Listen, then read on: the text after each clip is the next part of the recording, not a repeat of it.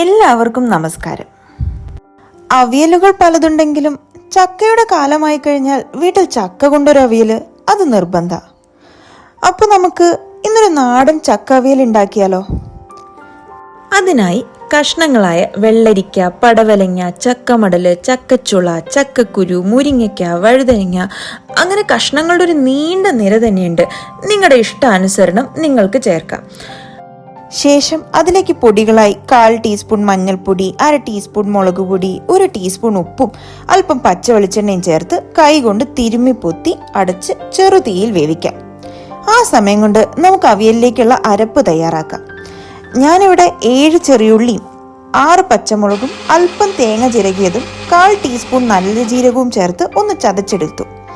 നിങ്ങൾക്ക് വേണമെങ്കിൽ മുഴുവൻ തേങ്ങയും ചേർത്ത് ചതയ്ക്കാം കേട്ടോ. ഞാനിവിടെ ബാക്കി തേങ്ങ പിന്നീടാണ് ചേർക്കുന്നത്.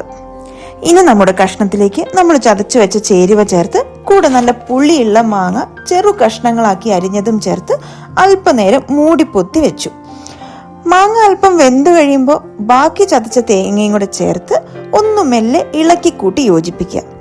കഷ്ണങ്ങൾ ഉടയാണ്ട് പ്രത്യേകം ശ്രദ്ധിക്കണം കേട്ടോ.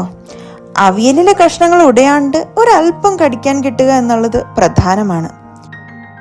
ഇനി എന്താ, കഷ്ണങ്ങളെല്ലാം വെന്ത് ഒന്ന് തിളച്ചു വരുമ്പോൾ അല്പം കറിവേപ്പിലയും നല്ല പച്ച വെളിച്ചെണ്ണയും ഒഴിച്ചാൽ നല്ല നാടൻ ചക്ക അവിയൽ തയ്യാറായി.